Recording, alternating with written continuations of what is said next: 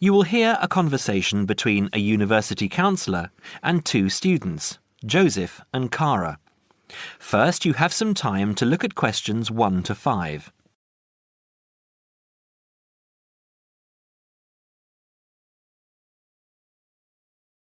Now we shall begin. You should answer the questions as you listen because you will not hear the recording a second time. Listen carefully and answer questions 1 to 5. Hi Joseph, how are you today? Fine, thanks. And Cara, how are you? Good. As we discussed on the phone earlier, I wanted to speak with both of you about the subjects you have chosen to study and how you are managing your time. Okay? Yes. I think so. Okay, so I'll start with Cara. You've been here for how many months now?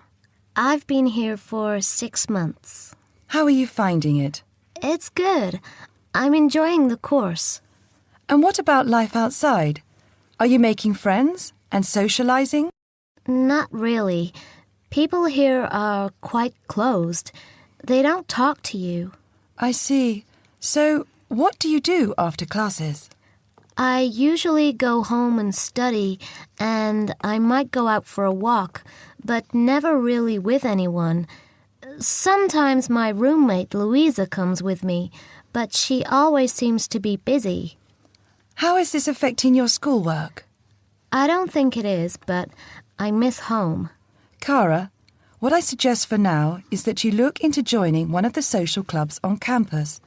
There are a variety of them. You can go camping, skiing, snorkeling, painting, dancing, reading, horse riding, rowing. There's a list on the school website. Have a look and work out which one you're interested in and which suits your timetable. You'll meet friends that way and people who have the same career interests as you.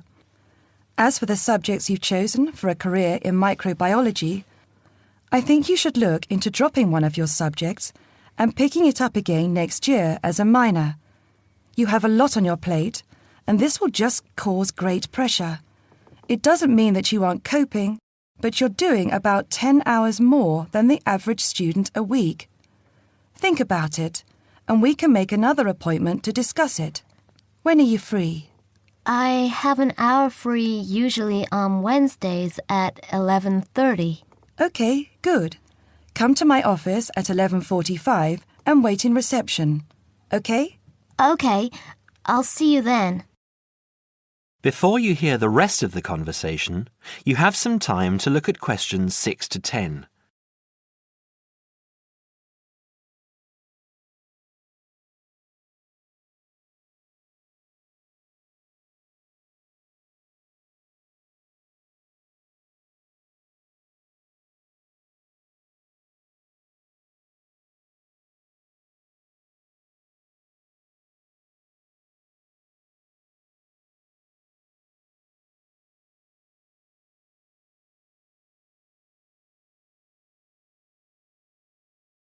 Now listen and answer questions 6 to 10.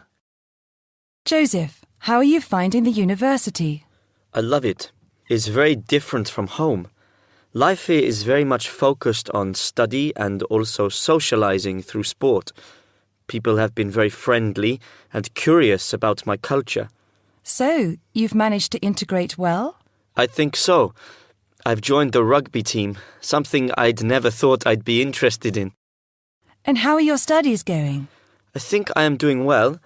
I have a few assignments that need some work, but overall, I'm coping. That's good. I'm happy that you're enjoying the university, but remember, don't let your schoolwork get too far behind, because it will pile up, and before you know it, you will be late handing in work. You know that there's a penalty for handing in work late? No, I didn't. You would have been told at the start of the course, during orientation. I don't remember. You need to remember these things. They are very important. You might be an excellent student, but if you consistently hand in work late, you'll be penalised and you might end up losing your degree over it. That's a lot of years of work, okay? Yes, I'll remember that. And also remember that you have to attend 90% of your classes. So far, you have missed 5 tutorials. Be careful here. These could also cost you your degree. Is there any particular reason you missed these classes? I'd been training for our rugby match the night before and, well, we went out afterwards and I slept past my alarm clock. Joseph, I know this culture must be very different from where you come from, but please try and be a little more conservative with your time. I think maybe you should spend more time on your studies and less time on socializing. The subjects you've chosen are intensive. I want you to spend 3 hours a night studying before you decide to do anything else. I'll make an appointment to see you in a month and we can assess your progress. I'll give you my business card.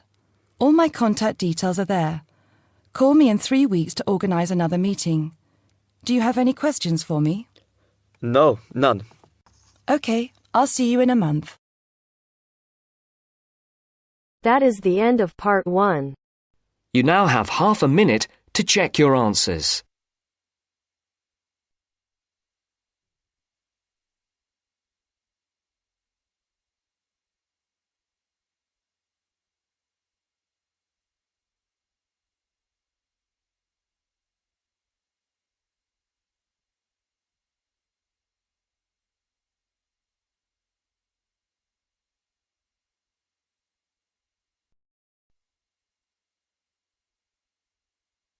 Now turns to part 2. Part 2. You will hear a flight attendant talking to passengers on an airplane. First, you will have time to look at questions 11 to 15.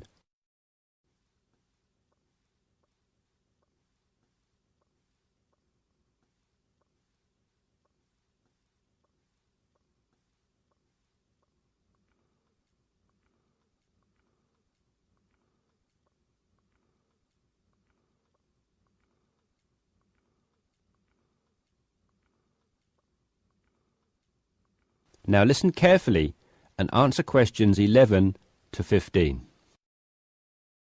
Good morning, everyone. I hope you all slept soundly overnight. I'm pleased to confirm that our flight is running on schedule and we expect to arrive in Christchurch at 8 a.m. local time. That's about 50 minutes from now. I've been advised by our pilot to warn you that there may be some turbulence on our descent. So please remain seated and have your seatbelt on at all times. As you may have heard, a fairly severe tropical depression is headed for New Zealand and in fact is reaching the west coast of the South Island as we speak. Thankfully, we are landing on the east coast, where the weather is still relatively good. Wind speeds are steady at around 15 miles per hour and the sky is generally overcast, though the sun may creep out from time to time as the morning progresses. That said, when the storm reaches this afternoon, conditions will deteriorate rather quickly. Please exercise extreme caution if you're travelling anywhere on the island today. As I said, the storm has already made landfall on the west-northwest coast, and we're getting reports of high seas and very strong winds of around 75 miles per hour, with gusts up to 110 in Collingwood. Heavy and thundery rainfall is also being reported there. The Southern Alps are experiencing severe blizzard conditions, and there is a virtual whiteout on the roads.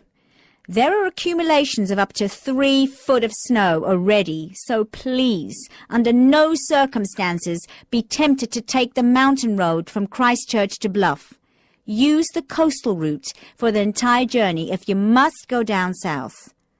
Over in the west, in Hokitika, and the southwest, in Milford, conditions are bad with heavy rain, high winds, and high seas. In fact, several tornadoes were reported in Hokitika and also in Lewis, which is slightly further inland. Also inland, on the northern edge of the Southern Alps, Arthur's Pass should be avoided at all costs. Roads are closed due to the heavy snowfall. Kaikoura has reported wind speeds of 45 miles per hour, with occasional gusts a bit stronger, but so far it has escaped the heavy rain. At present, it is windy and cloudy there. Before you hear the rest of the discussion, you have some time to look at questions 16 to 20.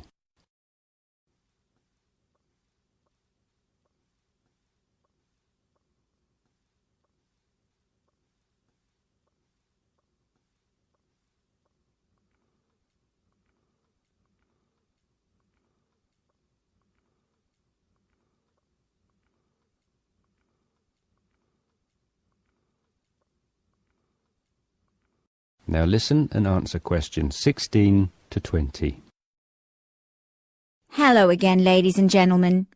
We should be landing in approximately 10 minutes' time. Just an update for you on the weather conditions in and around Christchurch. We expect the storm to reach us by approximately 1 p.m.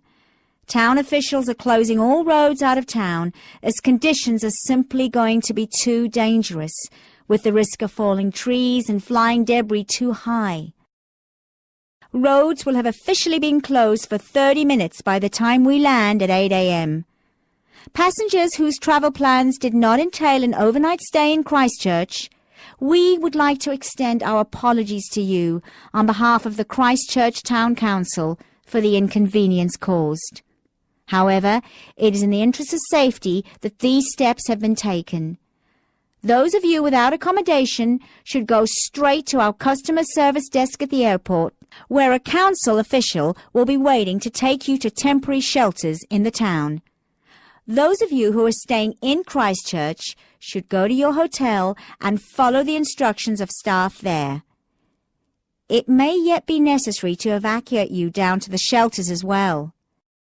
This decision will be made by hotel staff who are monitoring the situation very carefully. The storm has made a direct hit on the island. The storm eye is expected to arrive in Christchurch at about 4 p.m., after which a brief period of calm will be experienced. The western wall of the storm will then hit at approximately 4:30, and the extreme winds and heavy rain should have improved by about 7 p.m. All roads will be reopened from 9 p.m. onwards. However, we're advising people to refrain from driving unless absolutely necessary, as conditions will be extremely hazardous with a risk of flooding everywhere. Flash flooding is a real danger for the valley towns of the south in particular, as mountain rivers and tributaries have already swelled to record levels. High winds have already caused massive power cuts in West Coast towns, and a string of major tornadoes have caused havoc across the Midlands. If at all possible, stay in Christchurch until tomorrow morning, when the clean-up will begin. And, above all, stay safe. That is the end of part 2. You now have half a minute to check your answers.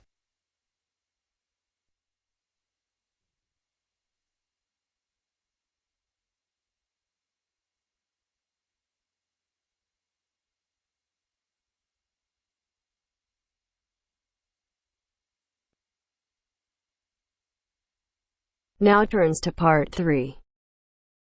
Part 3. You are going to listen to a conversation between a tutor and two students. In the first part of the discussion, they talk about a fellow student. First, look at questions 21 to 23.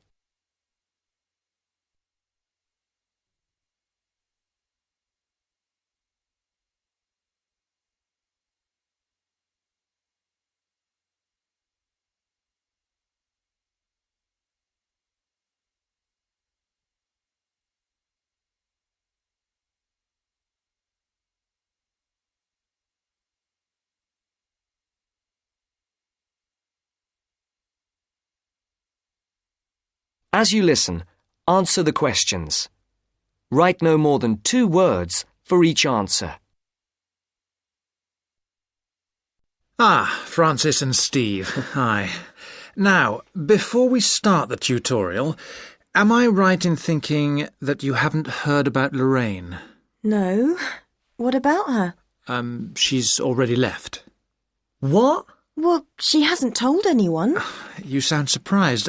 Weren't you half expecting it? Yes, but she could at least have told us, though. We've been on the course together for the past 3 years, and it would have been nice to know. She always was the sort to keep herself to herself. Yes, I know what you mean. Did she give any reason? Well, she got that job. What? Yes, and she's been given permission to leave, as there's only a week to go before the end of the course. But she'll be back for the exam week. Oh, well, we'll just have to catch her on the mobile after the class. She's gone back to Wales first. Oh, dear. We'll get hold of her on the mobile.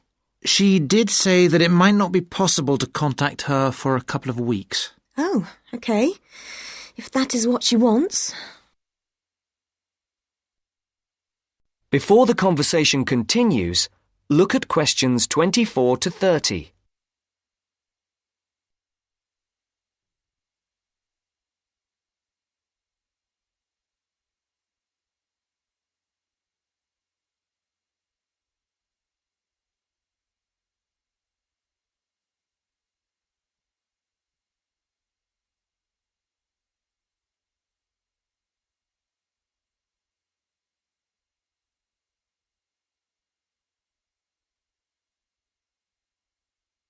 Now listen to the second part of the discussion.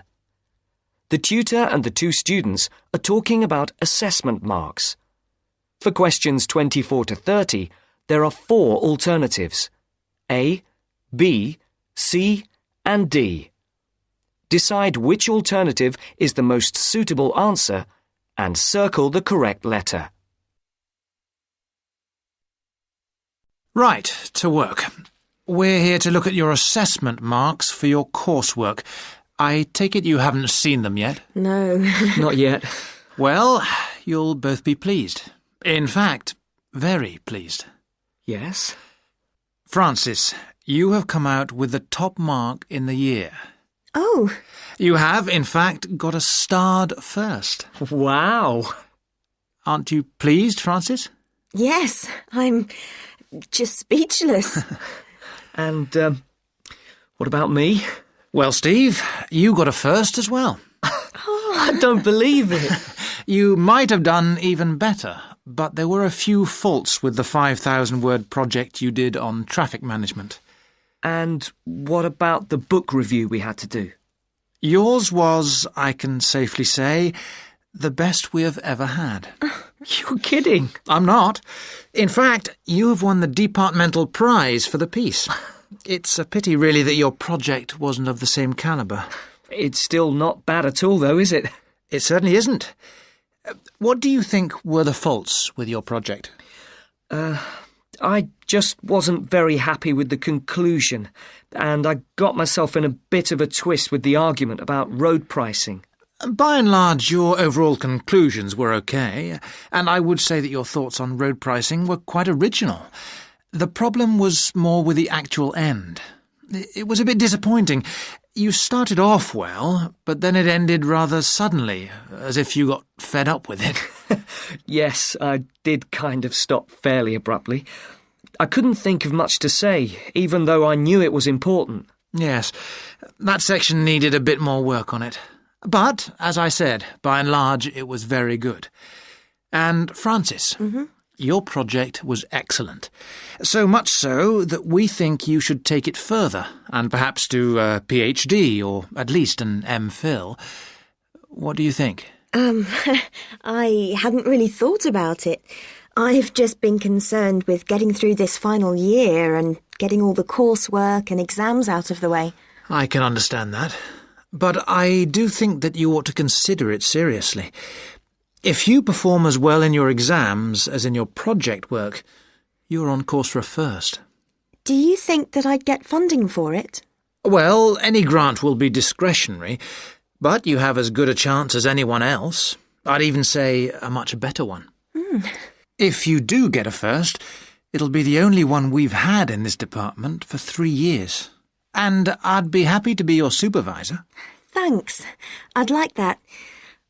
Do you think I should start applying for it now, or wait until after the exams? I think you must really start thinking about it as soon as you can. And Steve, What about you?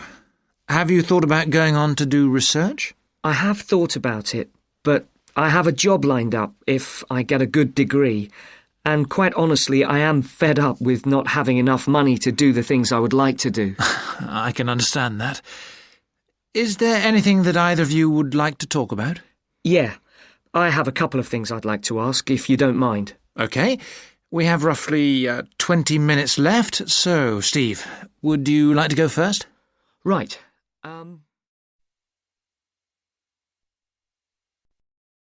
That is the end of part 3. You now have half a minute to check your answers.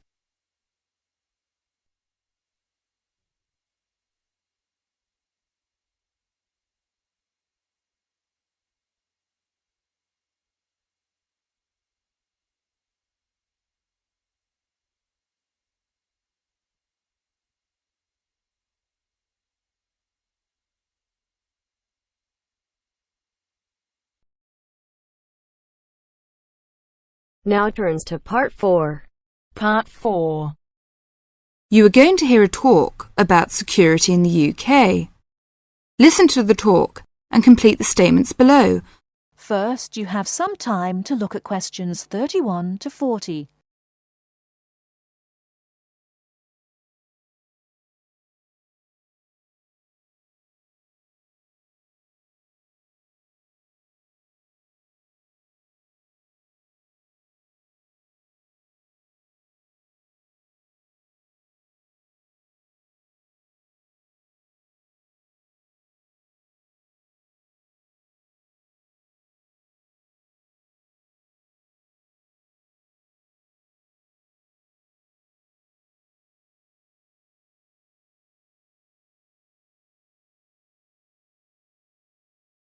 Now, listen carefully and answer questions 31 to 40.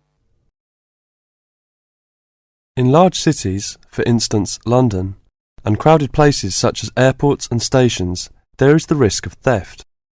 We do not want you to suffer the distress of losing important documents and valuables as soon as you step onto British soil. So here are some important do's and don'ts. Don't carry more cash than you need for daily expenses. If you stay at a hotel, do ask the manager to keep large sums of cash, documents and valuables in the hotel safe and give you a receipt for them. This is a free service. If cash is stolen, it is very unlikely to be recovered. Do keep separately a note of the serial numbers on your traveller's checks, so if they are lost you can inform your bank. Do take particular care of bank and credit cards. Do carry wallets and purses in an inside pocket or a handbag. Don't ever leave a bag unattended and make sure it is securely fastened when you are carrying it. Do carry jewellery and valuables such as cameras, radios and typewriters on you or with you and keep a note of any serial numbers. Do take special care of your passport, travel tickets and other important documents. Documents are at risk particularly at airports and stations where it is obvious that most people will be carrying them. Do make a note and keep it in a safe place of the number of your passport, its date and place of issue. This makes replacement easier if you are unlucky enough to lose it. If you don't want to carry heavy luggage around with you, you can leave it in a luggage office at most large stations and pick it up later. Keep the receipt so that you can reclaim your luggage. Check the opening hours or you may find your luggage locked away when you need it again. If you lose any of your luggage in transit, take this up immediately with the officials of the airline or shipping line. But don't worry too much. 98% is found within 3 days. If you lose anything, go first to the lost property office at the airport or station, as it may have been found and handed in. If you lose your luggage in the street, or suspect it has been stolen rather than gone astray, find the nearest policeman who will advise you what to do. That is the end of part 4. You now have half a minute to check your answers.